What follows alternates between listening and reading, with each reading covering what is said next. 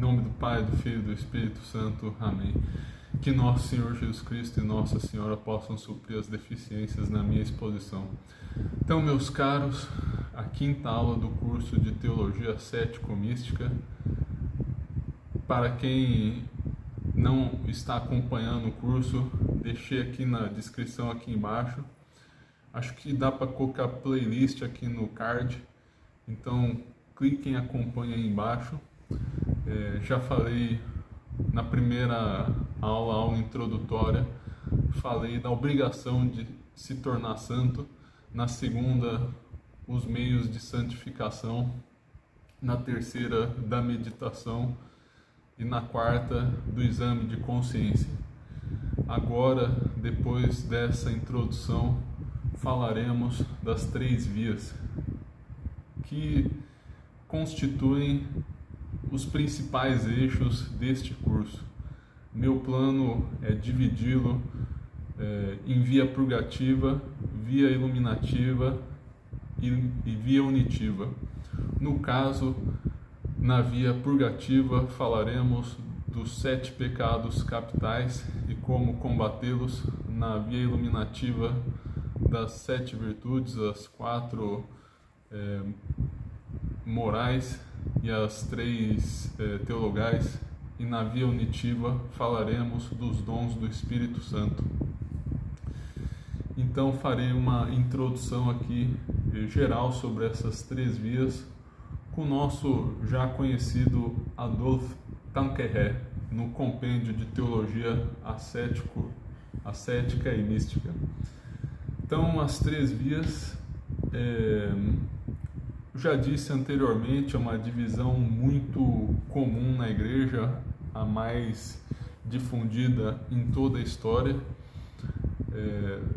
Basicamente, só de Santa Teresa conseguiu desafiar a popularidade desses graus da perfeição, ou seja, de como progredir na santidade. Só as 7 moradas fizeram frente a essa divisão.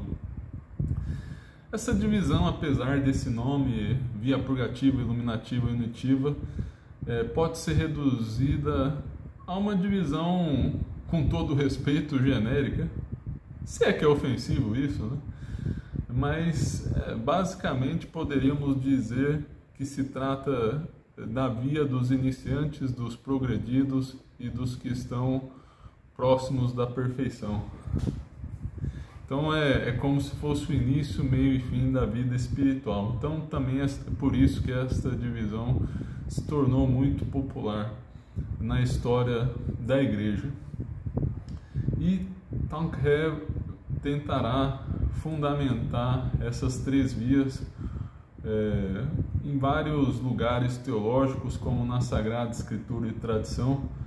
Citarei brevemente isso. Por exemplo, no Evangelho, nosso Senhor Jesus Cristo fala: "Si quis vulti post me venire, abneget semet ipsum et tollat cruce, suam quotidie et sequatur me", que significa: se queres vir após mim,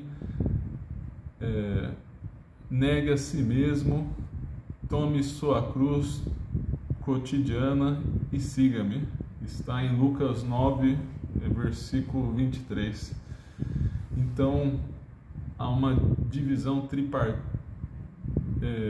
tripartida aqui, né?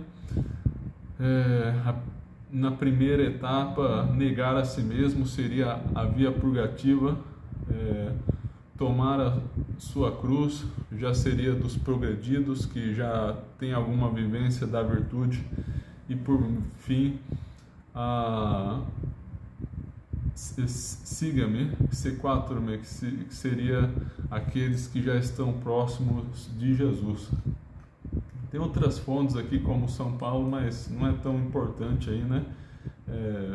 Hoje em dia, qualquer livro, a maioria dos manuais vai trazer justamente essa divisão aí.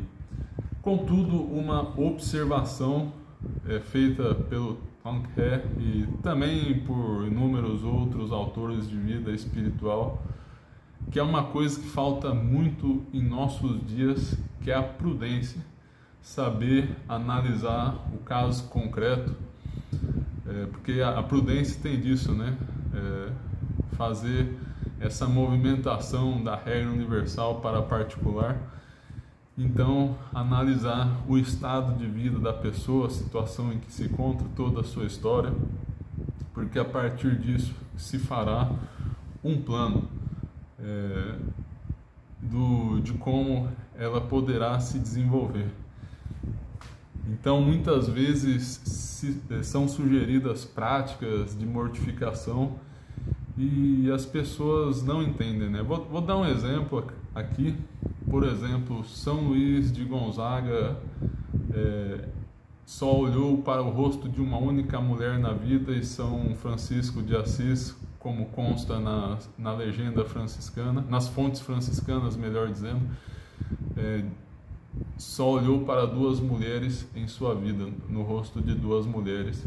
Claro, isso não é obrigatório, não é pecado mortal fazer contato visual com pessoas de outro sexo. Contudo, é uma prática de mortificação legítima, não creio que seja muito difícil. Aliás, os autores não falam de não olhar para nenhuma mulher, mas falam para mortificar os olhos. Então, frequentemente, é bom não ter a curiosidade de apreciar pessoas de outro sexo. E aí entra a questão da prudência, porque as pessoas logo já protestam dizendo: ah, mas eu trabalho como atendente, eu não vou olhar para a pessoa, isso vai prejudicar minhas vendas. Irmão, e nesse caso, já que é importante para o seu serviço, olhe nos olhos, já que isso aumenta suas vendas. A questão também de se buscar uma namorada, ou se você é menina, um namorado, que seria importante fazer contato visual para conseguir o seu amado, né? Ou amada, a depender da pessoa. Irmãos, a pessoa seria muito estranho que a pessoa estivesse a todo momento em busca de uma namoradinha, de um namoradinho. Há momentos para isso. Então você deve avaliar qual que é a situação, né, e momento ideal para se fazer esse contato mais incisivo. Mas seja como for, em primeiro lugar, dá para conciliar uma coisa com a outra. Não é preciso olhar sempre nos olhos, e é possível em alguns momentos olhar nos olhos para fins de conquista, né? E em segundo lugar, também não é pecado. E basta, se você quiser olhar nos olhos dos outros, você pode olhar tranquilamente, só não precisa se irritar com quem tem essa prática, né? E existem várias outras de mortificação. Se bem que, como eu disse, é bem recomendável para se construir a pureza, porque geralmente a coisa se começa no olhar. E se a pessoa tem muita curiosidade em ficar estudando o rosto alheio, pode ser até ocasião de coisas mais graves. Mas enfim, como falei, a questão da prudência, isso não é pecado mortal, é uma prática piedosa para se crescer na castidade e modéstia. Então, continuando aqui, depois dessa observação prática, de analisar bem a situação, né? Também o limite entre as vias nem sempre é muito claro, e é claro, a gente divide em pecados capitais, virtudes e dons do Espírito Santo, mas é possível teoricamente ter alguma manifestação dos dons do Espírito Santo numa fase mais inicial da vida espiritual. E também sempre teremos que estar combatendo algum vício capital. Até o fim da vida há um pouco de luta contra a soberba, né? todo mundo tem que combater isso daí. Então é uma questão de ênfase, de enfoque. Mais didaticamente se separa as coisas para ficar mais claro. Aí entra muito a questão do diretor espiritual que saberá avaliar a sua vida. Seja como for, vamos continuar aqui. Então, definir a via purgativa, a via dos iniciantes, e quais são seus caracteres essenciais, segundo sempre nesta aula Pankhe. São aqueles que vivem habitualmente em estado de graça, têm algum desejo de perfeição, mas conservam apegos ao pecado venial e se acham expostos a recair de vez em quando em algumas faltas graves. Então, antes de mais nada, em sentido estrito, via purgativa diz respeito somente a quem está em estado de graça. Então, quem está em estado de pecado mortal não está na via purgativa, é preciso que se confesse. A via purgativa requer o estado de graça para se pagar a pena temporal dos vícios da alma. Diferente dos estágios mais avançados da vida espiritual, na via purgativa a pessoa ainda tem apego ao pecado venial. Então comete pecado venial muitas vezes pensando, não tem problema, o importante é só não cometer pecado mortal. Contudo, dizem os autores da vida espiritual, o pecado venial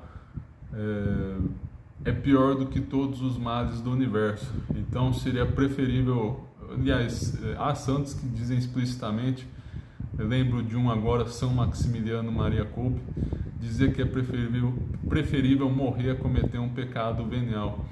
Claro, vamos falar mais disso, mas não devemos criar escrúpulo com isso, devemos ter serenidade com nós mesmos.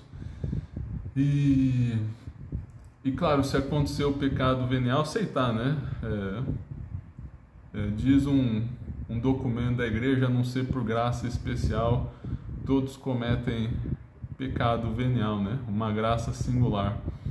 E depois até posso pegar esse documento, mas só a Virgem Maria não... que temos certeza. Algumas especulações sobre São José dizem que ele... alguns teólogos que dizem que ele teve o pecado original apagado, mas depois do nascimento, então ele não teve uma Imaculada Conceição. Mas isso é um pouco especulativo. Também é dito isso de São João Batista, porque já recebeu o Espírito Santo no ventre de Santa Isabel, mas só temos certeza plena de que Nossa Senhora não cometeu nenhum pecado venial. Quanto a outros santos, é tudo especulativo. E seria uma graça muito singular. Ordinariamente, todos, até mesmo os grandes santos, cometem um pecado venial ou outro. Mas o que difere aqui como eu disse, né? O apego ao pecado venial. Então a pessoa nem se preocupa muito em combater. Também quem está na via purgativa ou é iniciante é distinto de quem é mundano. O mundano pode ser que esteja em estado de graça, mas ele tem uma mentalidade do mundo. Ele só faz o bastante para não ser condenado e aceita todas as máximas do mundo. Quem está na via purgativa, pelo menos tem o conhecimento da perfeição e tem uma vontade muito vaga de ser santo, ser perfeito. Então vejam só, né? Como isso é digno de nota, porque se a gente for pensar bem, muitas pessoas, a maioria das pessoas talvez, infelizmente, não esteja nem no nível da via purgativa da fase inicial da vida cristã, e falo mesmo de católicos, porque nem sequer possuem o desejo de perfeição, só buscam não está em pecado mortal. Se bem que pessoas mais pessimistas ainda diriam que a maior parte da humanidade, e aí até dos católicos, está em pecado mortal constante. Mas não entrarei nessa discussão aqui. Falta uma vontade firme para eles. De vez em quando caem no pecado mortal. Porque também é muito importante o seguinte: você tem que... A tendência é o seguinte: você estabelece uma meta, mas frequentemente você realiza um pouco abaixo dela. Então, se você se contenta só em não cometer pecado mortal, com certa frequência você vai cometer pecado mortal. Aí, quando você tem uma firme luta contra o pecado venial, aí é possível que talvez você consiga ficar meses sem cometer um pecado mortal.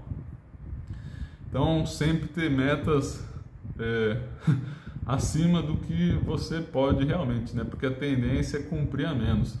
Mas, claro, sempre com a mansidão de aceitar as próprias imperfeições. Tenho o desejo de progredir. Então tem essas paixões desordenadas que será justamente o objeto de nosso estudo, né?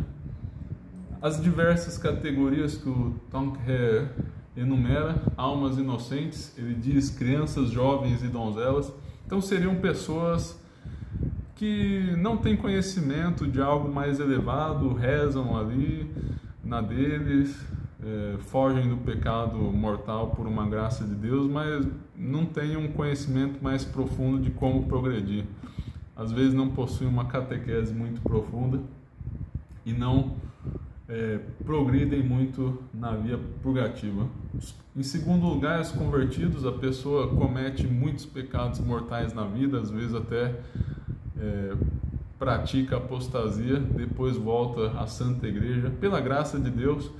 Contudo, devem investir um bom tempo se purificando das faltas passadas. E os entibiados, que infelizmente podem até ter chegado a um nível mais elevado da vida espiritual, mas voltaram atrás e estão mornos. Fogem dos exercícios de austeridade e acabaram se contentando ali com uma vida mais medíocre de apego ao pecado venial. Como falamos, acho que falei na primeira aula, é obrigatório combater o pecado venial, porque pecado é pecado, é uma certa falta contra Deus, não é igual ao pecado mortal que rompe o vínculo da caridade. Contudo, o pecado venial também de certa maneira, um ataque à graça de Deus. Duas classes de principiantes. Aí o nosso autor faz um paralelo com a primeira morada do castelo interior de Santa Teresa, e que a pessoa está bem no limite ali, né, entre a graça e o pecado mortal. Está dentro do castelo, mas fica de olho lá fora, muitas vezes até caindo. Em segundo lugar, a pessoa na segunda morada, as pessoas já têm mais a prática de oração, já fazem alguns sacrifícios e já estão um pouco mais progredidas. E seguindo aqui, a finalidade da via purgativa, como o próprio nome sugere, é a purificação da alma. Então, enumera a purificação imperfeita e a perfeita. A imperfeita é por motivo de temor e a purificação mais perfeita é por amor a Deus. Porque Deus é bom e Ele merece que sejamos santos. Essa é a purificação mais perfeita. Então, essa é uma dica muito importante. Pode ser até mesmo uma tentação de Satanás, você ter uma visão medíocre de si mesmo e da graça. Deus nos chama à santidade. inclusive está ligado até à virtude da magnanimidade, que significa da alma grande. Deus nos chama a ser grandes. Claro, somos pequenos em primeiro lugar porque nosso ser depende de Deus, e em segundo lugar em razão de nossos pecados. Claro, somos pecadores, mas a graça de Deus é maior. E muitas vezes o Satanás nos infunde uma visão medíocre de que devemos ambicionar pouco, que isso seria até mesmo orgulho. E essa foi uma tentação que Santa Teresa comenta em seu livro. Agora não me lembro, li há muito tempo, que eu tenho as edições, as obras completas, e agora não me lembro se está na autobiografia ou se está no caminho de perfeição, mas ela cita essa tentação aí. Aliás, uma tentação que perpassa toda a vida cristã. Se o demônio vê que a pessoa tem algum interesse em crescer na santidade, ele vai colocar escrúpulos quanto a isso, algum tipo de obstáculo, vai sugerir que desejar a santidade é pecado, mas muito pelo contrário, pecado é não desejar a santidade. E quanto à questão da purificação perfeita ou imperfeita, também Satanás vai dizer que é laxismo, confiar excessivamente na misericórdia de Deus, se converter por amor, para agradar a Deus, enfim, né? Vai incitar todo esse tipo de besteira, muito prejudicial à vida espiritual. Então temos que ter a confiança de filhos no Pai, de que Deus nos quer fazer grandes. Aliás, como todo pai faria. O pai quer ver o filho tendo sucesso na vida, quanto mais o papai do céu. Bom, agora o Tancred vai falar de sua divisão. Aqui vou falar da divisão que vou seguir neste curso. Então, como eu disse, a via purgativa será estudada à luz do combate aos pecados capitais, e farei numa ordem um tanto quanto singular, baseando-me na lista e na progressão de Fulton Sheen. Achei muito interessante o que ele apresenta no seu livro Vitória contra os Vícios. Há uma ordem dos pecados capitais cristalizada na tradição, geralmente indo do menor ao maior, começando gula, luxúria, avareza, ira, preguiça, inveja e por fim a soberba. Aliás, também não tenho certeza se é exatamente essa ordem, mas geralmente é uma coisa nesse sentido, começando pela gula e luxúria, que são os menores. Já Fulton Sheen sugere uma ordem baseada nas palavras de Cristo na cruz, o que cai como uma luva nesse período de Quaresma, onde somos convidados a meditarmos a paixão de nosso Senhor Jesus Cristo. Então, na primeira palavra de nosso Senhor Jesus Cristo é dito: Pai, perdoai-lhes porque não sabem o que fazem. Então, é o pecado combatido, né? O pecado combatido é o pecado capital da ira. Em segundo lugar, hoje mesmo estarás comigo no paraíso. Combate a inveja. Em terceiro lugar, a luxúria é combatida nas palavras: Filho, eis a tua mãe. Porque Nossa Senhora, recorrer a Nossa Senhora é um combate contra a luxúria. Na quarta palavra, meu Deus, por que me abandonastes? A vitória contra a soberba.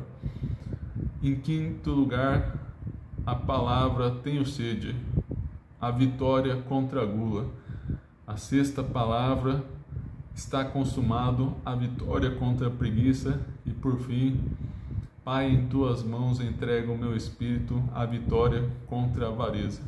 Então seguirei essa ordem para dar uma diferenciada aí dos manuais, mas seguindo um bom autor aí, o arcebispo, salvo engano, arcebispo Fulton Sheen, estava em causa de beatificação, e é uma ordem bem interessante. Meu plano também é dividir, a princípio, em 2 aulas cada pecado capital, e quiçá as virtudes também, os dons do Espírito Santo, para fazer do seguinte modo: primeiro uma aula teórica falando sobre as propriedades de cada pecado capital, suas filhas, tem as filhas dos pecados capitais, e também uma certa casuística, por assim dizer, alguns casos de consciência mais comum, ao estudar